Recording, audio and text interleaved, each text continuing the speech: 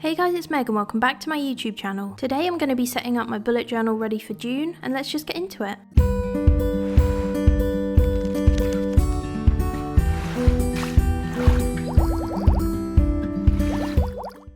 So the theme for this month is going to be really special. It's a memorial theme for my beautiful boy Buddy, who we lost on the 6th of June last year. So as June is going to be the 1-year anniversary, I wanted to have a theme dedicated to him, and that's why I've chosen Forget-Me-Nots and Bumblebees, which I'll explain a little bit more later. But for now, let's get started.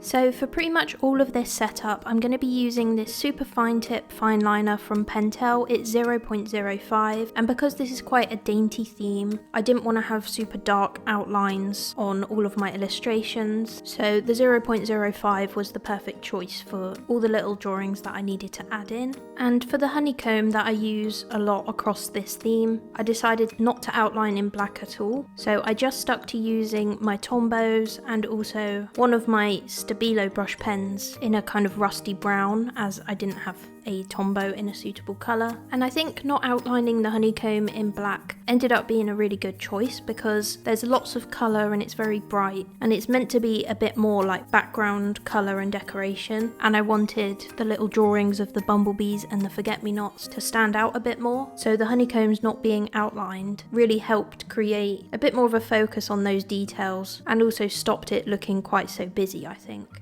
So as the page progresses, you should be able to see what I'm talking about. And in order to get this non-outlined look, I found the best way to do it was to create the outlines using pencil and then outline it again in the colour pen that you're going to colour that section in, and just bring it slightly back from the pencil line so you can see there's a tiny little gap between the hexagons.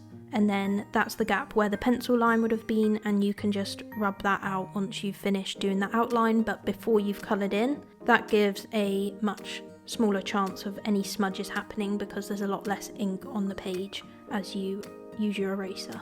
But having that little white gap in between the hexagons as well, I think adds to the honeycombs not looking too overwhelming and too busy because there's a bit of white paper shining through in between. So something about that I think has worked really well. Now I'm starting to colour in the forget-me-nots, and I'm using a combination of a dark purple, light purple and a sort of bluey purple periwinkle colour. And that periwinkle blue is also the colour I've chosen to use on the bumblebee's wings, which turned out really nicely. And the fact that yellow and purple are complementary colours, I think that all stands out and works really well together on the page. And it means that the flowers and the bees don't get lost amongst all that honeycomb. I also used the mid-tone yellow as the centre of the forget-me-nots, which is really subtle, and I'm not sure it shows up very well on camera, but forget-me-nots do often have a little yellow at the centre. And then I used my white gel pen to add in some of those details that you usually see in forget-me-nots. And then I stuck in my photo of Bud, which if you're recreating this in your journal, then you could include your own photo, or this could be the perfect space for a quote and turn this into a quote page. But that is my first page all complete.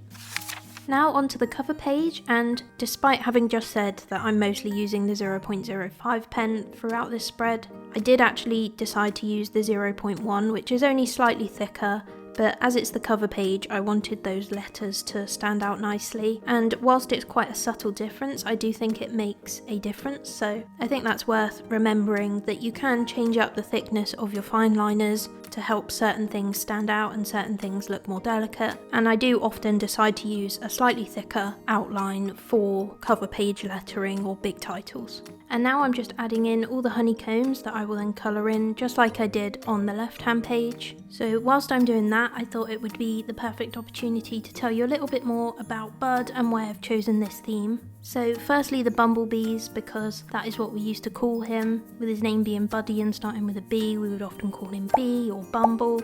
And he also was a very short and stocky Jack Russell, so when he would walk along, he had a really cute way of walking, and we would often say he's bumbling along. So for us, bumblebees are always going to remind us of him. And then the forget-me-nots are a flower that are often associated with memory and remembrance, but we also had this really gorgeous photo of him in amongst the forget-me-nots in the garden, which is the image I've included on the left hand side. And so I thought the forget-me-nots and the bumblebees would just be a perfect memorial kind of theme. It's perfect also for summer. Again, like I said, the yellows and the purples look really pretty together. And blue was also his colour, so all of that tied in really nicely to create this really beautiful theme. And I would love to hear what you think of it so far in the comments.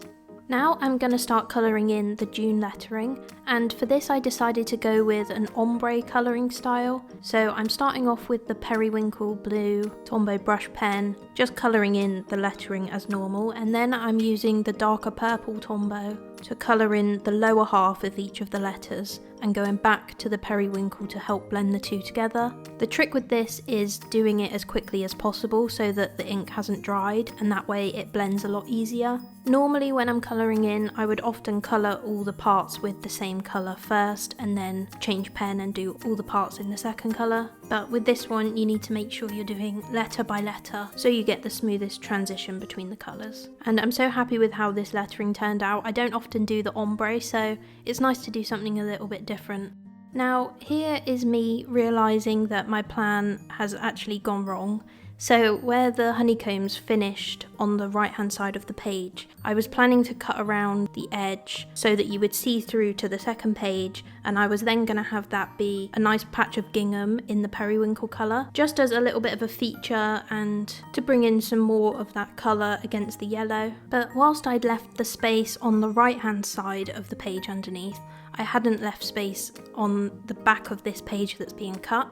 So I'd already drawn out all of my calendar page and I wasn't about to redo that. So we had to add in a few more of the honeycombs and adjust the look a little bit, but I think we got there eventually and I'm really happy with how it's going to look come the end.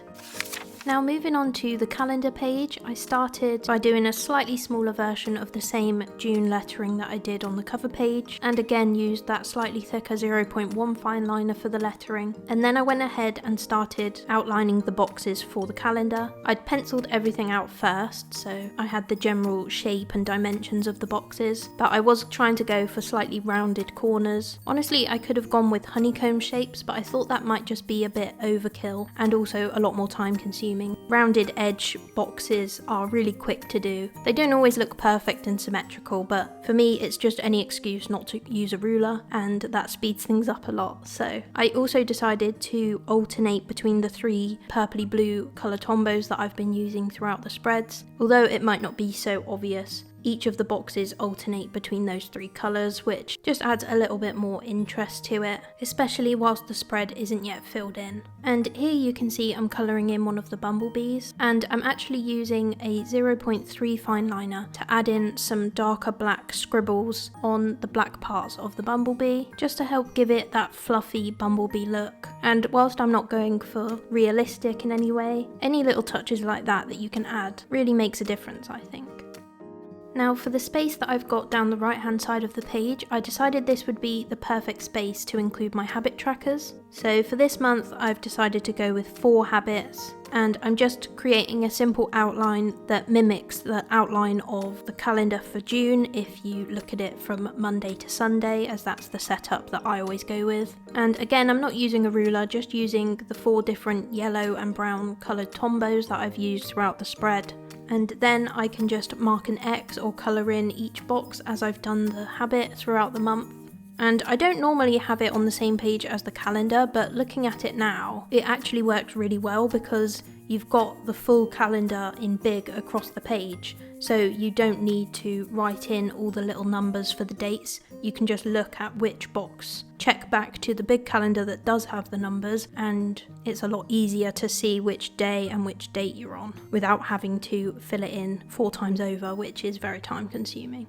Then I filled in the titles above each of my habits. So for me this month it's going to be meditation, getting to sleep by midnight, my workouts, and also my steps. And for the step habit tracker, you can either have a goal to reach each day, for example 10,000 steps, and then you mark it off when you've achieved that, or you can just keep a track of how many thousand steps by writing in 2, 3, 8, 10, depending on how many you did, and that's also a nice way to use the habit tracker for your steps. Then I've just finished off the right hand page using the periwinkle and a little bit of decoration with my white gel pen, and this will be the bit that you can see from the cover page, which turned out really pretty in the end, and that is our calendar page all complete. Now moving on to our mood tracker, I'm starting off by writing the title at the top. I would have liked to have written mood in the same style that I wrote June, but for some reason I really struggle doing an M in that style of lettering without it looking weird or too big compared to the other letters. So I just went with simple lettering and decided to use the same sort of font that I'd used to write habits back on the calendar page. And then of course I just used the honeycomb shape as the main mood tracker, and I'll colour in each of these boxes depending on my mood, which turned out to be a really nice and quick setup, especially as I didn't use a ruler, and unless you look really closely you can't even tell, so that is definitely a recommendation if you want to speed up any of your setups. And then I coloured in my key and added a few tiny little details like some highlights with my white gel pen, and that is the mood tracker all complete. Then onto my final page in this setup, it ended up being a bit of a mixture. So on this page I'm going to have my sleep tracker, a migraine tracker, and also my theme information. So that is where I keep track of the colours I've used, the pens I've used, especially for something like this where I'm using different shades of the same colour. It can be easy to forget which pen exactly I was using because, for example, I've got quite a lot of different shades of yellow in my Tombow brush pens, more than just the ones I've used in the setup. So it's important for me to make a note of which colours so that as I continue filling out spreads and weekly pages as the month goes through, I can make sure I'm definitely using the right colours and keeping it all cohesive. So whilst I'm just adding in some decoration and colour in the bottom right hand corner, I wanted to just quickly explain my sleep tracker and migraine tracker. So for the sleep tracker, I've got down the left hand side numbers 1 to 30, so that's for every day of the month. And then across the top I've got numbers 1 to 10. So on each day I will just highlight a line to represent the number of hours I've slept. So for example, on the 1st of June, if I sleep 8 hours, I will highlight along to number 8. And then when I do this, I will also alternate between some colours just to make it look a little bit more interesting when it's filled in. So it will look a bit like a horizontal bar graph come the end of it. And this I just find a really nice and easy way to use a sleep tracker without it being overly complicated. It gives you the information you're looking for at a glance. And then the migraine tracker looks very similar to a habit tracker, and I will use it in the same way. I've got a small key underneath for me to rank the severity of my migraine, and I will then just colour in the box for that day with the level of migraine that I had. And that is the dashboard spread all complete.